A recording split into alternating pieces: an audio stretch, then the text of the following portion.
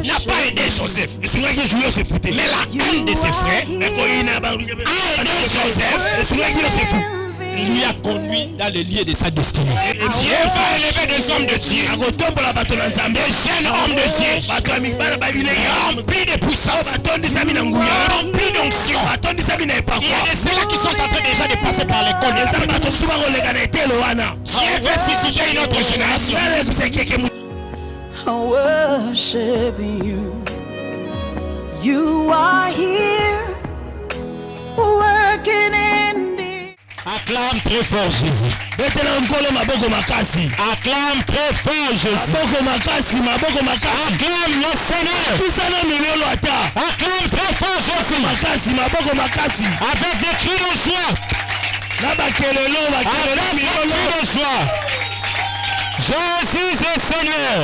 Acclame très très fort. Acclame le Seigneur. Acclame Jésus.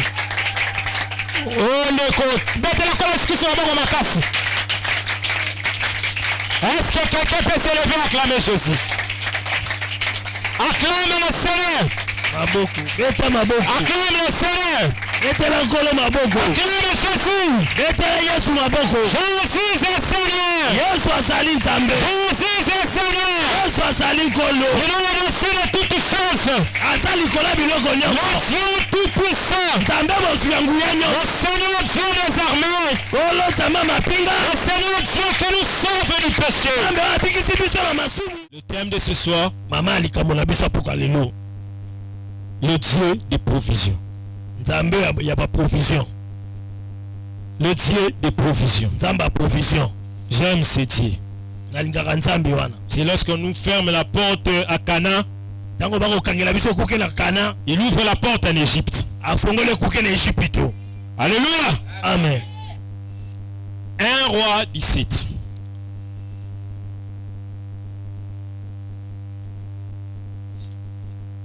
Roi 17, verset 1er jusqu'au verset 8.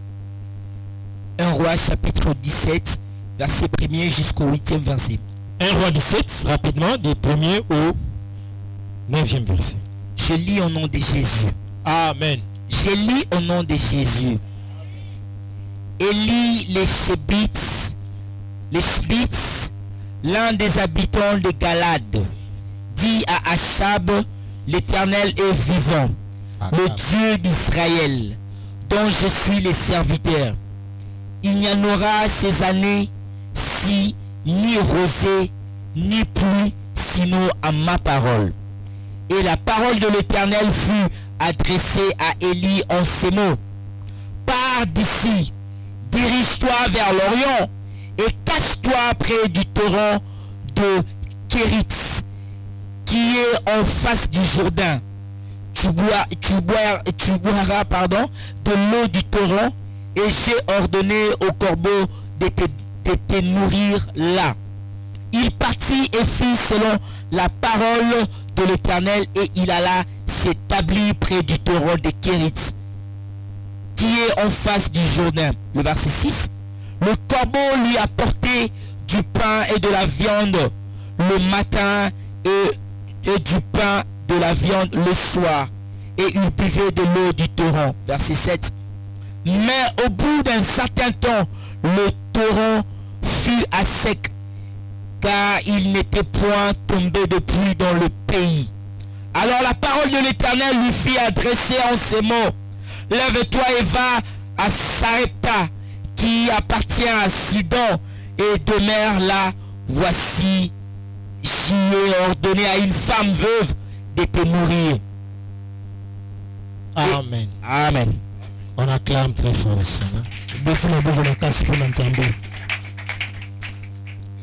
Donc tu écris 1 Roi 17, du 1er au 8e verset. Mais je te recommanderai de lire tous les chapitres. 1 Roi 17, tous les chapitres. Quand tu es libre à la maison, prends ta Bible. Lis tous les chapitres de 1 Roi 17. Tu ajoutes également 1 Roi 19. 1 Roi 19. Ajoute 1 Roi 19. Du verset 3 jusqu'au verset 8. Voilà. Je bénis le Seigneur pour sa présence. Amen. Amen. Je bénis aussi le Seigneur pour ta présence. Je bénis aussi le Seigneur pour ses serviteurs qui sont présents. Voilà, j'ai vu un ami de très longue date. Mon cher ami Bewa, on a étudié avec lui. Est-ce qu'il peut s'élever? On acclame très fort le Seigneur. Amen. Amen. Voilà, je crois qu'il est venu nous voir. C'était une surprise pour moi. Je ne savais pas qu'il allait venir. Voilà, que le Seigneur vous bénisse. Merci beaucoup. On acclame très fort le Seigneur. Voilà, nous allons écouter la parole de Dieu. Le Dieu de provision. J'aime le Dieu de provision. Écoute-moi très bien, bien-aimé dans le Seigneur. Le Dieu que nous prions, le Dieu que nous servons, ne donne jamais sa gloire à quelqu'un d'autre. Le Dieu que nous servons, le Dieu que nous prions, il ne donne jamais sa gloire à quelqu'un d'autre. Lorsqu'il remarque que quelqu'un se fait Dieu, il commence à prendre sa place. Dieu étant le Dieu de multisystèmes, étant le Dieu de multifacettes, il change de casquette pour empêcher à cet homme de prendre sa place. L'homme ne peut jamais prendre la place de Dieu. C'est comme ça que le thème de cet après-midi est intitulé le Dieu de provision. Parce que le Dieu qui donne la vision, c'est le même Dieu qui donne la provision. Bien-aimé dans le Seigneur, il y a des choses que Dieu t'a promis. Il y a des choses que Dieu t'a promis. Et il le fera dans toute sa fidélité. Parce que la Bible dit, il n'est pas un homme pour mentir. Il n'est pas aussi un fils de l'homme pour se repentir. C'est que Dieu dit, il le fait, et il accomplit. Le Dieu que nous prions ne ment pas. C'est que lui ne veut pas. C'est qu'un homme s'autoproclame, c'est-à-dire par ses habitudes, par ses actes, par ses caractères, qu'il puisse prendre la place de Dieu. Dieu ne peut jamais permettre ça. Ni ton père, ni ta mère, personne ne peut prendre la place de Dieu. Personne ne peut prendre la place de Dieu. Alléluia. Amen. Écoutez, si vous regardez l'histoire de Élie, vous allez remarquer que dans le parcours terrestre d'Élie, Élie a été nourri 3 fois. On lui a donné le pain 3 fois. La première fois, quand il y a eu une grande famine, la Bible dit, Dieu parla à Élie. Il dit, quitte là où tu es, va dans les torrents, au corbeau. C'est que ce sont les corbeaux que Dieu a responsabilisé. Amen. Amen. Et la Bible dit, Élie arriva au torrent. certainement, comme Dieu avait dit, que les corbeaux vont te nourrir. Le Seigneur a permis que les corbeaux nourrissent. La Bible dit, chaque matin et chaque soir, les corbeaux, selon la parole de Dieu, venaient déposer la nourriture. Les matins, la provision des corbeaux était présente. Les soirs, la provision des corbeaux était présente. Les corbeaux étaient là présents. Matin, soir, ils ont nourri Élie. Je ne sais pas combien d'années. Je ne sais pas combien de jours. Mais ce que moi je sais, c'est que ce sont les corbeaux que Dieu a responsabilisé pour prendre soin de l'alimentation de Élie. La charge de l'alimentation de Élie. Dieu a donné ça aux corbeaux. Et les corbeaux étaient là présents. Chaque matin, chaque soir, ils nourrissaient Élie. Alléluia. Amen. Et la Bible dit, à part le pain et la viande, Élie buvait l'eau du torrent. Et comme il y avait la sécheresse, au bout d'un certain temps, les torrents furent à sec. C'est-à-dire les torrents ne pouvaient plus approvisionner Élie en eau. Les torrents étaient à sec. Ils ne pouvaient plus approvisionner Élie en eau. Parce qu'il faisait 3 ans et demi. La pluie ne descendait plus. Amen. Amen. Et Dieu a permis qu'Élie quitte les torrents. Pourquoi? Parce que la provision des corbeaux avait pris fin. Amen. Dieu déplace Élie. Deuxième voyage. Il amène auprès d'une femme. La Bible dit que cette femme-là était une veuve. Le Seigneur a dit à la veuve, je t'ordonne de prendre soin d'Élie. La Bible dit, cette femme avait certainement pris soin d'Élie. Et le temps de la femme aussi avait pris fin. Amen. Élie est sorti de chez la femme. Il arrive dans le désert. Cette fois-ci, ce n'est pas les torrents, ce n'est pas les corbeaux, ce n'est pas la femme qui nourrissent Élie. Mais Dieu permet que cette fois-ci, un ange puisse venir prendre soin d'Élie. C'était la 3e dispensation. C'est-à-dire la première dispensation, c'était la dispensation des corbeaux.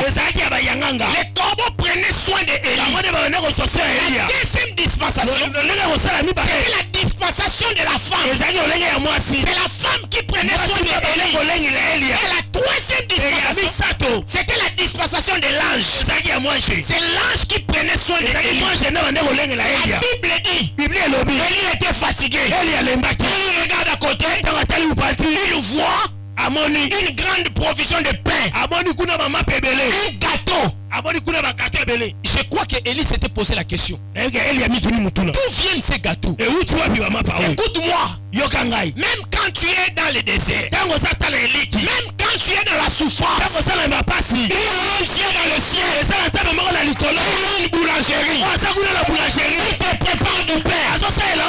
Même si Akab t'abandonne, même si Jézabel te poursuit, il y a un Dieu qui habite le trône. Il est très élevé. Il a dit dans sa parole, jamais je ne t'abandonnerai, jamais je ne te délaisserai. 3 fois, Élie a été nourri. Mais par des personnes différentes. Pourquoi? Parce que Dieu ne veut pas qu'un jour les corbeaux puissent dire, Élie, c'est moi qui t'a pris en charge toute ta vie. Dieu n'a pas voulu que la femme puisse dire un jour, c'est moi qui t'a pris en Dieu n'a pas voulu aussi que l'ange dise c'est moi Élie qui t'a pris en charge. Non, écoute-moi bien. Quand quelqu'un te quitte, ne pleure pas. C'est que sa partition, ta vie a pris fin. Le Dieu que nous prions, dans le Dieu de provision, il ne peut jamais permettre à un homme de prendre sa place. Dieu ne peut jamais permettre ça. Il va permettre que pendant 5 années, quelqu'un te prenne en charge. Et lorsque sa partition prend fin, ne pleure pas. Dieu va te déplacer tout droit auprès de la veuve. La veuve va te prendre en charge. Si la veuve commence à dire c'est moi qui prends charge, Dieu dans le ciel, il va se fâcher. Il va te prendre Élie, te mettre à la disposition de l'ange. Oh, l'ange, c'est la provision céleste. C'est la provision céleste.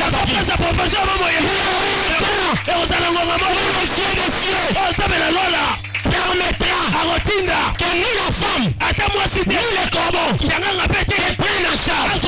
Mais c'est lui, c'est l'ange de l'éternel. L'ange de l'éternel. J'annonce la saison des anges. Là où tu étais démoralisé, là où on t'a donné plus rien, là où on t'a juré, là où on t'a chassé, j'annonce ce soir la provision des anges. Que Dieu suscite les anges pour te prendre en charge. Alléluia. Amen. Il y a un Dieu qui écoute la prière. Il ne nous abandonne pas. C'est là où je dis à Joseph, si tes frères te négligent, les Madianites te prennent en charge. Si les Madianites te négligent, Potiphar te prendra en charge. Si Potiphar te néglige, la prison te prendra en charge. Si la prison te néglige, le Dieu des cieux va t'ouvrir la porte de la royauté. L'Égypte te prendra en charge. Joseph, écoute-moi. L'amour de Jacob n'a pas aidé Joseph. Mais la haine de ses frères a aidé Joseph. Lui a conduit dans le lieu de sa destinée. Même si les gens taillissent, à tort ou à raison, Dieu permettra un jour que la porte de la royauté soit ouverte. J'annonce la saison de la royauté. J'annonce la saison de la royauté. Écoute-moi bien. J'aime le Dieu des provisions. Il ne permettra jamais. Je ne sais pas quel est le moment que tu es en train de traverser. Peut-être les gens t'ont abandonné. Il y a quelqu'un qui te prenait en charge. Et subitement il t'a dit, je ne peux plus te supporter. Bien-aimé, quand il dit ça, ne pleure pas. Parce que le Dieu que nous prions, c'est le Dieu de toute provision. Le Dieu que nous prions, c'est le Dieu de toute autorité. Dieu me dit ce soir, il faut prendre des gens en charge ici.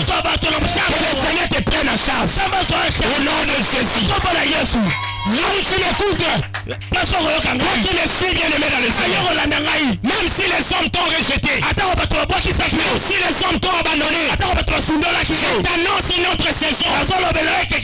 La saison des anges. Dieu va envoyer un ange, même dans le désert, pour te prendre en charge. Alléluia. Zamba lingite, tango okoma na mbongo moi, ba kulutu mokaya. Oh, ngainde avanda repana nga fine mobimba. Zamba nyo banda zéro. Parce qu'il ne veut pas que les gens disent un jour. Si ces frères-là et ces frères, c'est moi. C'est comme ça qu'il t'amène dans le système de la dispensation. Il va permettre à un moment de ta vie que les torrents te prennent en charge. Après, quand la provision de torrent va prendre fin, il va te prendre Il va te conduire chez la veuve.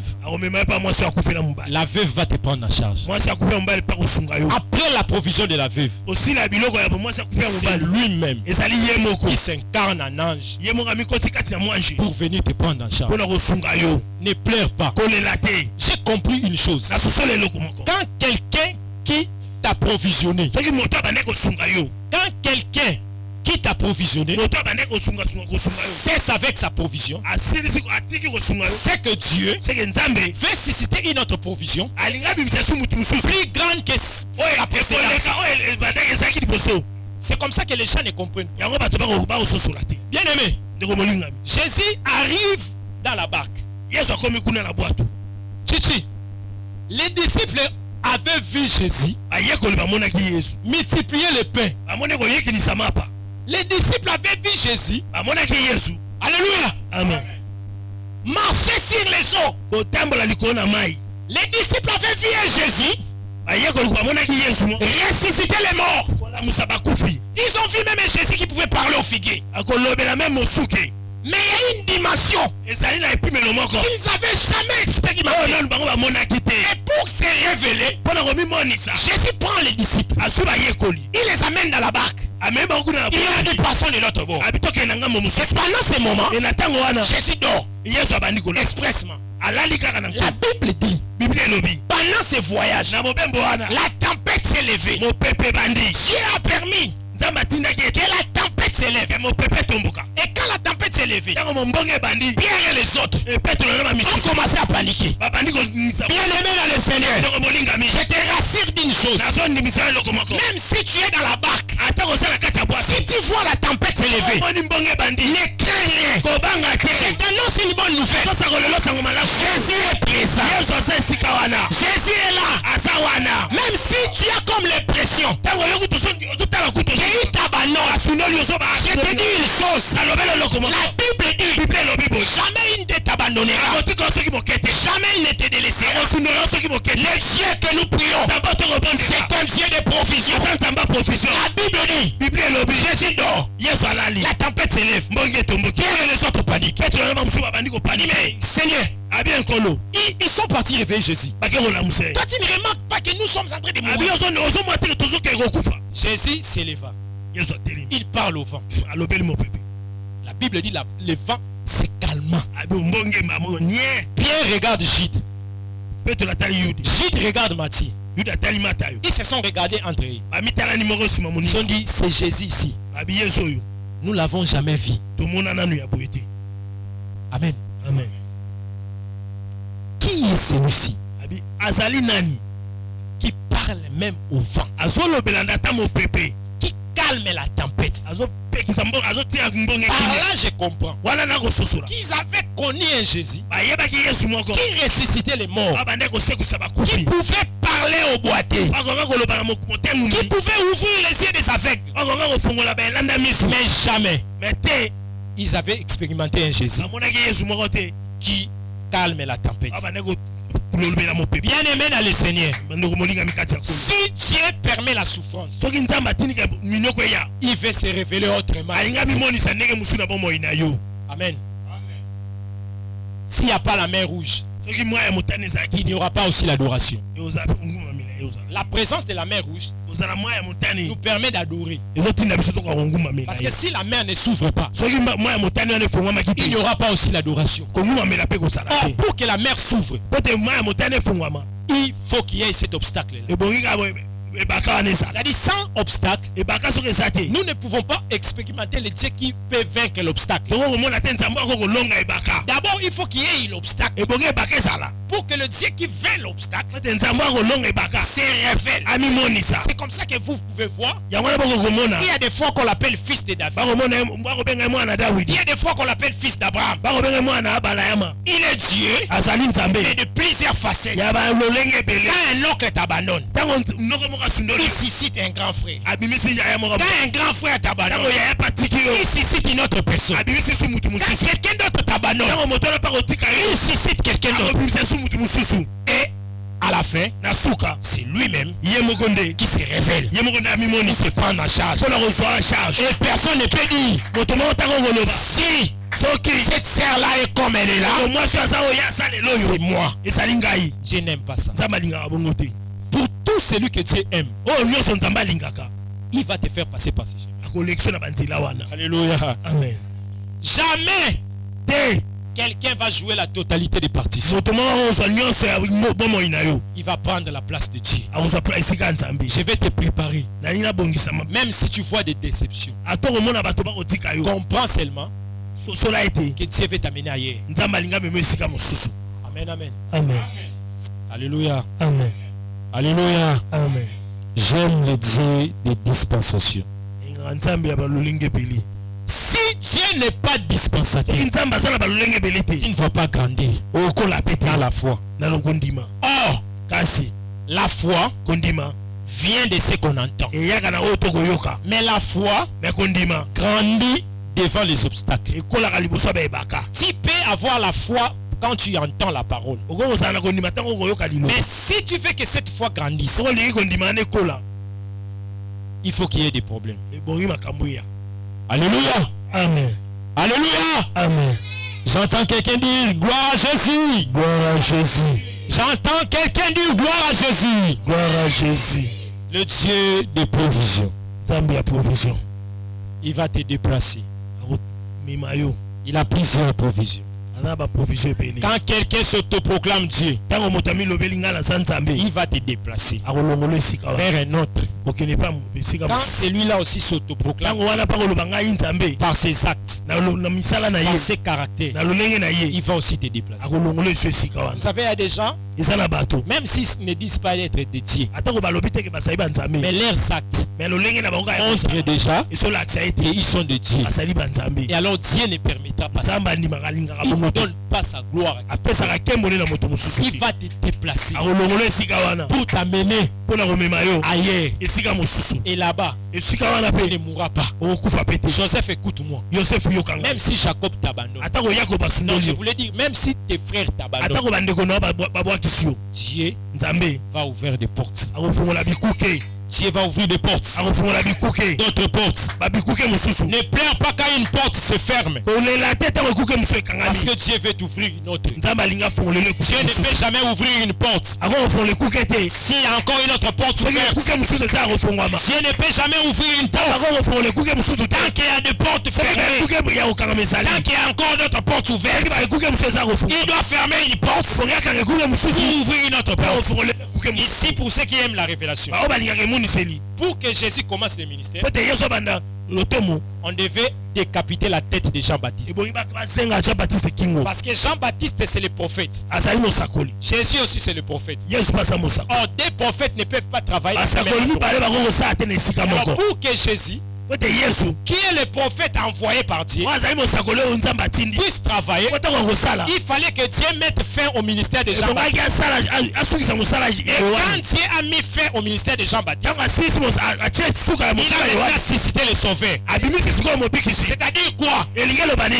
Jean et Jésus ne pouvaient pas agir à la fois. Dieu devait accroître quelqu'un et il devait diminuer un autre.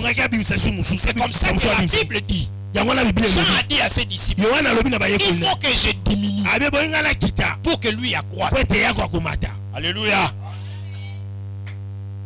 Et quand le ministère d'Élie prend fin, c'est le ministère de Samuel qui commence. Quand la dispensation de Samuel prend fin, c'est une autre dispensation qui commence. Des dispensations ne peuvent pas agir en même temps. J'annonce le début d'une autre dispensation. Dieu va élever des hommes de Dieu, des jeunes hommes de Dieu, remplis de puissance, remplis d'onction. Il y a de ceux-là qui sont en train déjà de passer par l'école de la préparation. Dieu veut susciter une autre génération. Le Dieu de provision. Élie a dit un jour, Seigneur, je suis resté le seul. Dieu a dit à Élie, attention, je me suis réservé 7000 qui n'ont jamais fléchi chez nous devant Baal. J'annonce une saison de dispensation. Il y a un temps où Dieu va élever les serviteurs de Dieu. Alemba et à Salongo, à Kinshasa, qui vont remplacer la saison de paix. Les pères qui se sont compromis, qui ont renversé l'autel. Dieu élève une autre génération. Ces gens qui auront pour mission de restaurer l'autel. Parce que les serviteurs de Dieu, sorciers, occultes, ont envahi Kinshasa par leur message de prospérité. Ils ne prêchent plus la croix. Ils ne prêchent plus les saluts. Ils ne révèlent plus les mystères du temps de la fin. Et Dieu s'est décidé de mettre fin à leur message. Et il est en train de préparer notre génération. Qui vont nous prêcher les saluts. Qui vont nous prêcher la révélation. Qui vont nous prêcher les Christ révélés. Les Christ vécus. Les Christ expérimentés. Les Christ vécus. Les Christ expliqués. Alléluia. Amen. Car il est Adonai. Il est El Shaddai. Amen. Le Dieu tout-puissant. Quelqu'un peut acclamer très fort. Alléluia. Amen. Est-ce que quelqu'un peut acclamer Jésus?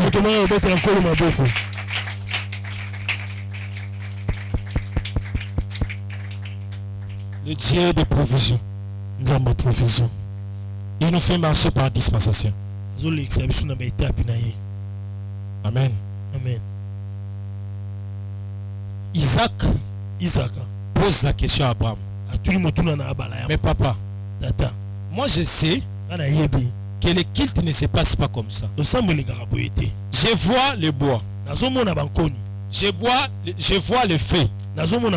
Et même le couteau. Mais papa, où est l'agneau?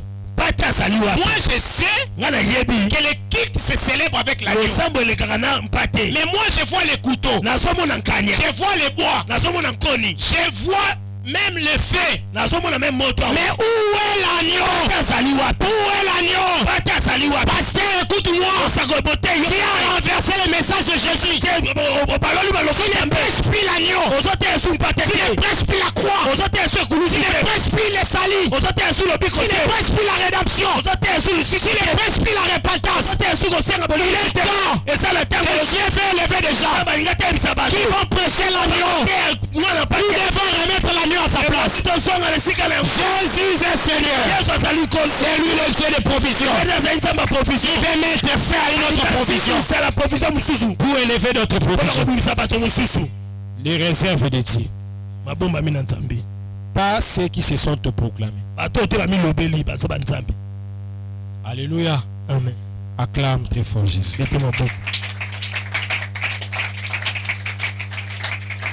Est-ce que quelqu'un peut acclamer Jésus? Onde ya motu ya ponanga ya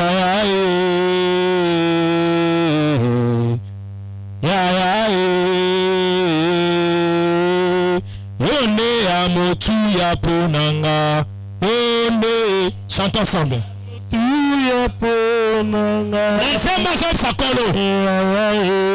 C'est site de bénédiction pour ma vie. Des gens qui seront de bénédiction. Yamotu yaponanga. Yone. Yamotu yaponanga.